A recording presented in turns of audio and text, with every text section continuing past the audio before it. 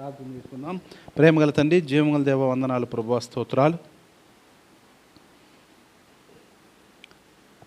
మత్తయి సువార్త 13వ అధ్యాయము 45-46 వచనాల ద్వారా నాతోనూ మా అందరితోనూ మాట్లాడండి ప్రభువా. మాకు నేర్పించండి. యేసు నామమున నడుచున్నాం తండ్రి, ఆమేన్. ఒక ముత్యముల వ్యాపారి పరలోక రాజ్యము మంచి ముత్యములు కొనవెదుగుచున్న వర్తకుని పోలి ఉన్నది.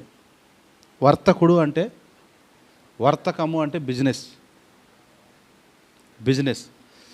అతని బిజినెస్ ఏంటంట? ముత్యములు. ఒక్కొక్కళ్ళు కిరాణా కొట్టు బిజినెస్, ఒక్కొక్కళ్ళు బట్టల కొట్టు బిజినెస్, ఒక్కొక్కళ్ళు బంగారపు కొట్టు బిజినెస్, ఒక్కొక్కళ్ళు హోటల్ బిజినెస్, ఇలా రకరకాలుగా బిజినెస్లు చేసుకుంటూ ఉంటారు. ఇక్కడ పరలోక రాజ్యం ఎలా ఉందంట అంటే, ఒక ముత్యములు కొనుక్కునే ఒక వ్యాపారి లాగా ఉంది అంటున్నాడు. అతడు అమూల్యమైన ఒక ముత్యమును కనుకొని పోయి తన కలిగినదంతా అమ్మి దాన్ని కొనును అన్నాడు. అంటే ఇప్పుడు ఒకనికి 10 చోట్ల 10 ప్లాట్లు ఉన్నాయనుకోండి, ఇళ్ల స్థలాలు 10 చోట్ల 10 ప్లాట్లు ఉన్నాయనుకోండి.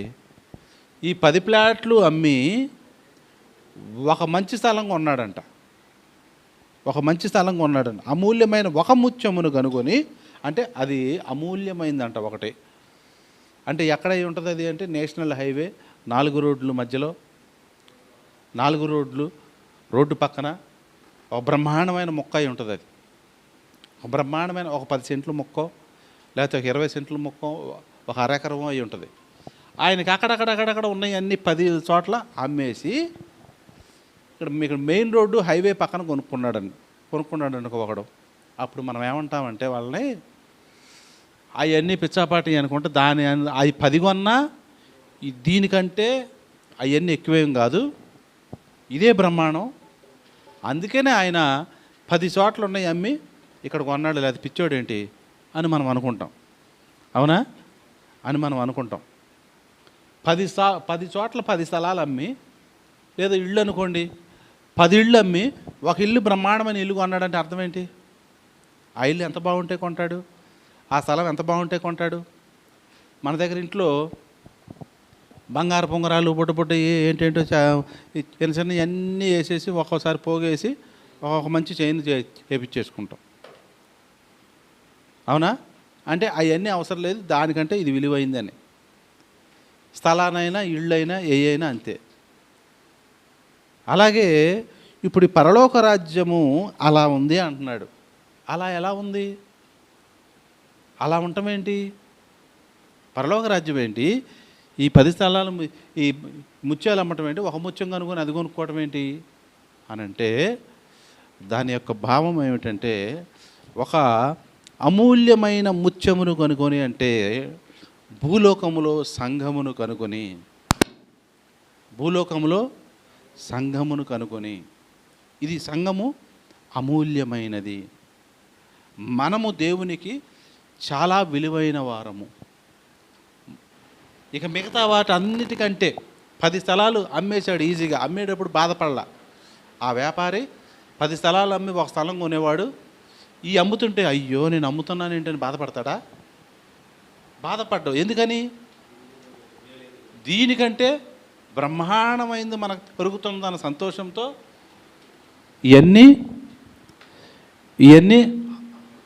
అమ్మేస్తుంటే కూడా బాధ ఉండదు. కాబట్టి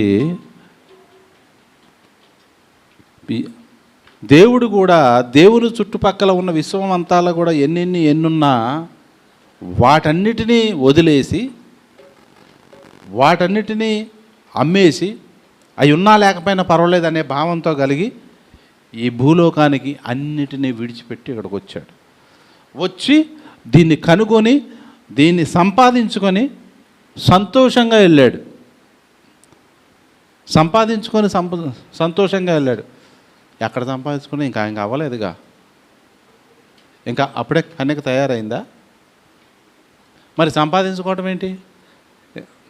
ఏమండి, కన్యక తయారైందా? పెళ్ళి అయితే కదా. మరి అవ్వకముందే సంపాదించడం ఏంటి?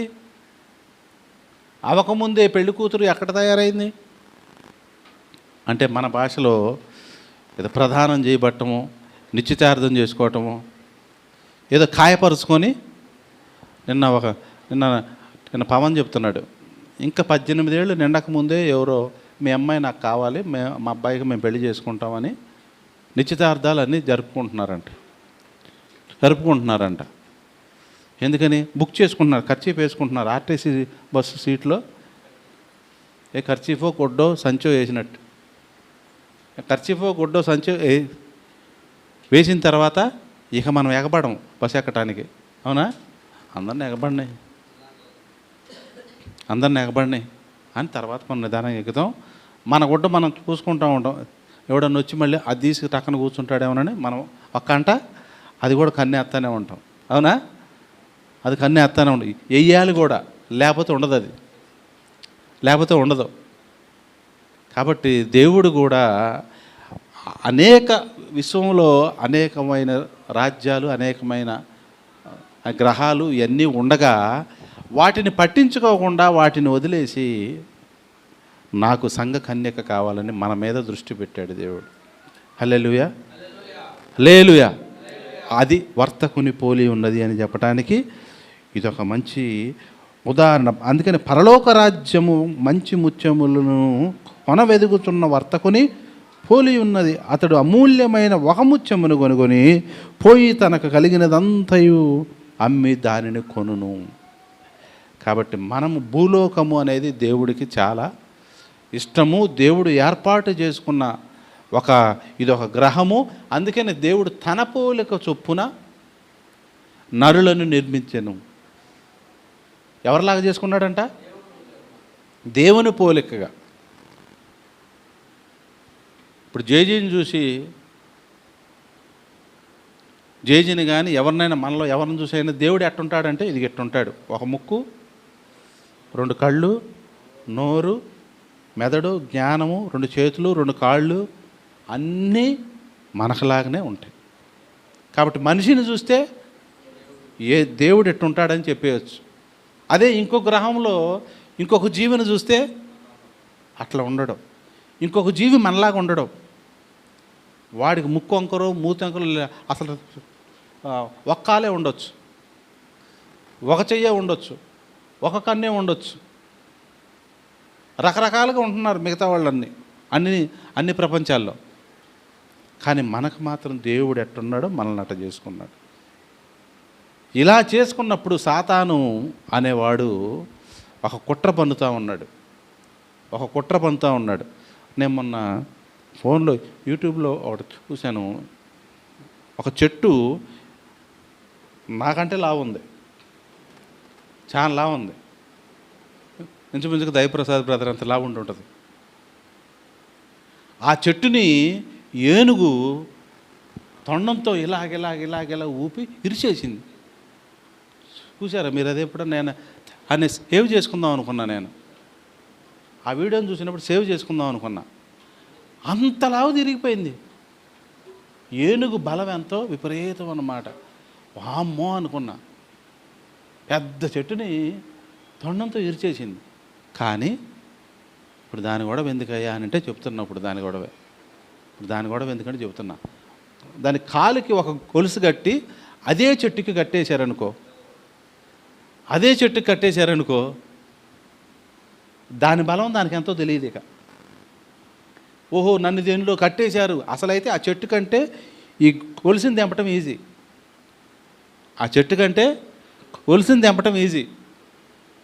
కానీ దానికి అది తెలియదు.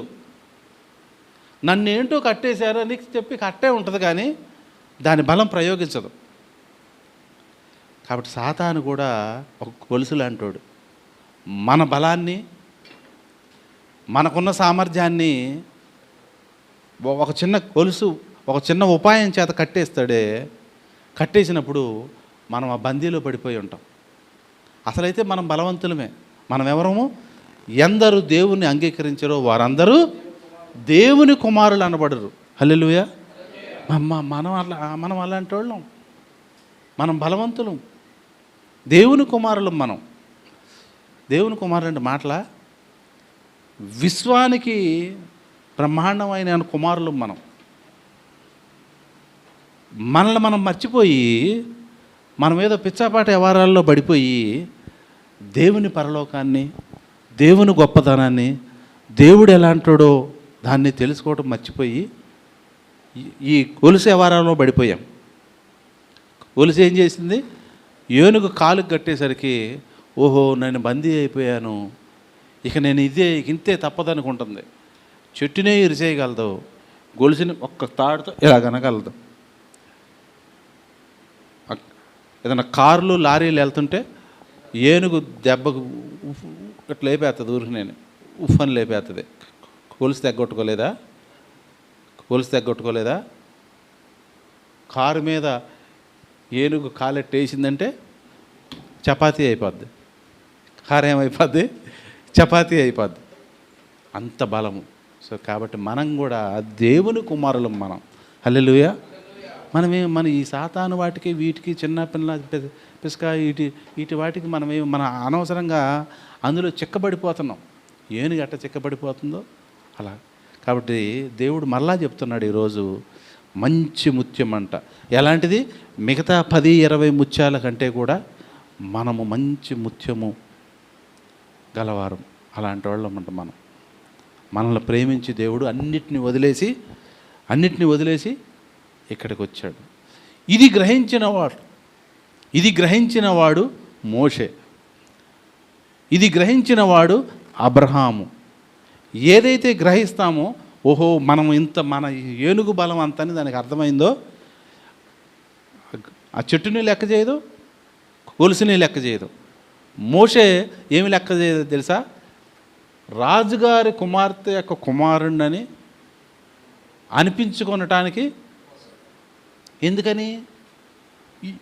ఆఫ్టర్ ఆల్ ఇదేముంది, నా కాలుకి గట్టిన గొలుసు, నేను దీన్ని తెంపగలను, చెట్టుని తెంపగలను. దాని అవతల దేవుడు నా కోసం ఎదురు చూస్తున్నాడు, నా కోసం కేటాయించాడు అని ఏని కోసం చూశాడంట.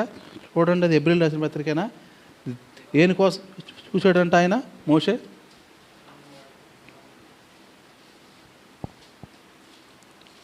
ఫరో కుమారుని 11వ అధ్యాయంలో ఒకటి, ఐగుప్తు ధనము కంటే ఏది గొప్ప అనుకున్నాడంట? క్రీస్తు విషయమైన నింద గొప్ప భాగ్యం అని ఎంచుకొని అల్పకాల పాప భోగం అనుభవించడం కంటే ఫరో కుమార్తె యొక్క కుమారుడని అనిపించుకున్నటకు. ఎందుకని అంటే అక్కడ చెప్పాడు ఆన్సరు, ప్రతిఫలముగా కలగబోవు బహుమానమందు ఇది చెయ్యాలి. మనకు కలిగబోవు బహుమానం మీద దృష్టి పెడితే ఇవన్నీ కూడా పెంటతో సమానమని అపోస్తలుడైన పౌలు ఏమన్నాడు?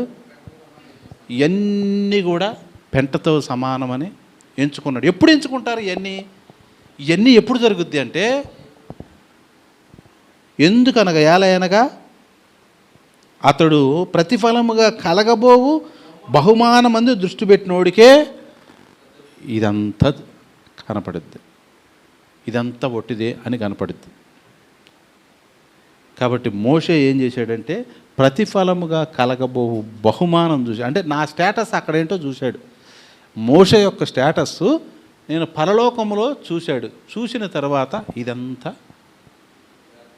వ్యర్థమని. బంగారం మీద మోజు ఎవరికి ఉండిద్దంటే బంగారం మీద మోజు పరలోకములో నా కాళ్ళ కిందే బంగారం ఉండిద్ది అనుకున్నోడికి ఉండదు. పరలోకములో నా కాళ్ళ కిందే అదొక రోడ్డు అనుకున్నోడికి ఇక్కడ దీని మీద ఏం పెద్ద ఉండదు. ఉండాలి, ఒక గొలుసు అనేది ఒకటి ఉండాలి, ఒక ఉంగరం ఉంటే 1-2 ఉంటే ఉండాలి. అమ్మోరులాగా దిగేయటం కాదు, మంగళసూత్రం అనేది ఉండాలి, అవసరమే. కాబట్టి కలగబోగు బహుమానాన్ని చూస్తే ఇవన్నీ మనకు లెక్కలోకి రావు. ఏనుగు ఏం చేసింది? ఏ ఏనుగేసి దాని బలము గుర్తించకపోగా ఒక గొలుసుకి అనవసరంగా కట్టుబడిపోయి నన్నేంటో బంధించారు, నన్నేదో చేస్తున్నారు, నన్నేదో అని అలాగా వదలటం జరిగింది. కాబట్టి ఈనాటి పాఠము, మన సందేశము, మన ముఖ్యం ఏంటంటే దేవుడు మనల్ని అతి విలువైన ముత్యముగా మనల్ని చూస్తున్నాడు. అతి విలువైన ముత్యం అంట. దేనికంటే విశ్వంలో మిగతా గ్రహాల కంటే అతి ముఖ్యమైనవి, అతి విలువైనది. అందుకే మనల్ని కొనుక్కున్నాడంట. అదే చెప్పాను ఫస్ట్లో. 10 స్థలాలు అమ్మి ఒక స్థలం కొన్నాడంటే, 10 ఇళ్ళు అమ్మి ఒక ఇల్లు కొన్నాడంటే, ఆ ఇల్లు ఎంత బాగుంటే కొంటాడు, ఆ స్థలం ఎంత బాగుంటే కొంటాడు. కాబట్టి అనేక ముత్యాలు అమ్మేసి ఒక బంగారం బ్రహ్మాండమైన అమూల్యం అంటే ఏంటి, అసలు వెల కట్టలేనిది అది. కాబట్టి నీవు నేను దేవునికి వెల కట్టని వారు. కాబట్టి మనల్ని మనం గుర్తించాలి. నిన్ను దేవుడు అంత ఇదిగా మనల్ని లేపుతుంటే, మనల్ని హెచ్చించి బ్రహ్మాండమైన బహుమానం కొరకు పెడితే ఇంకా ఏంది. ఒక ముఖ్యమంత్రి కొడుకు దారిని పోతా చాక్లెట్ కనపడితే ఏరుకున్నాడు అనుకో, ఎట్టుండిద్ది. ఏదో పిచ్చాపాటి సైకిల్ ఏదో ఉంటే అది దొక్కుతున్నాడు అనుకో, ఎట్టుండిద్ది. అట్టుంది మన పని. మనల్ని దేవుడు మన విశ్వానికి తండ్రి అండి. మన దేవుడు విశ్వానికి తండ్రి. అలాంటి కుమారులు మనం. ఈ పిచ్చాపాటి ఏదో రోడ్డు వెంబడి చాక్లెట్ దొరికింది, అక్కడ జాంకాయ దొరికింది, ఇక్కడ ఏదో దొరికింది, చూస్తున్నావా. నీ ఇంట్లోకి వెళ్ళి చూడు, ముఖ్యమంత్రి గారి ఇంట్లోకి వెళ్ళి చూడు, నీ ఇంట్లోకి వెళ్ళి చూడు ఎట్లుంటుందో. కాబట్టి ఇంట్లో ఉన్నాయి చూడాలి, రోడ్డు పక్కన ఉన్నాయి కాదు. కాబట్టి మనం అంత విలువైన వారం. మనల్ని అంటే దేవుడు అంత ప్రేమించేవాడు. ఎంత ప్రేమించాడంటే మొత్తాన్ని వదిలిపెట్టి మన కోసం ప్రాణం పెట్టాడు. అంతగా దేవుడు ప్రేమించాడు. అది మత్తయి సువార్త 13వ అధ్యాయము 45-46 వచనాల్లో ఒక ముత్యముల వ్యాపారి అనేకమైనవి అమ్మేసి ఒక అమూల్యమైన ముత్యాన్ని మనల్ని కొన్నాడు దేవుడు. హల్లెలూయా. దేవునికి స్తోత్రము కలుగును. మనం ఆ దిశగా మన బలం ఏంటో మనం తెలియాలి, మన గొప్పతనం ఏంటో మనకు తెలియట్లా. మనకు దేవుడు పెట్టిన బహుమానం మీద దృష్టి పెడితే అబ్రహాం దాని మీద దృష్టి పెట్టాడు.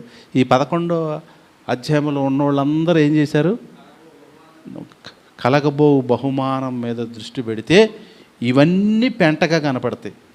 ఈ మొత్తం ఇక్కడ ఉన్న ఎంత పెంటతో సమానంగా అప్పుడు కనపడతాయి. దృష్టి పెట్టనంతసేపు ఇదే అమూల్యమైంది, మనకి ఇదే బతుకు, దీని తర్వాత లేదు అనే విషయం మనకి కనపడుద్ది. కాబట్టి మనల్ని మనం ఎప్పుడు తగ్గించుకోవసరం లేదు. దేవుని విషయంలో మన తండ్రి దేవుడు, మనం అలాగ ముందుకు కొనసాగుదాం. దేవుడి మాటలు దీవించును గాక. ఆమేన్. ప్రార్థన చేసుకుందాం. ప్రేమ కలిగిన జీవం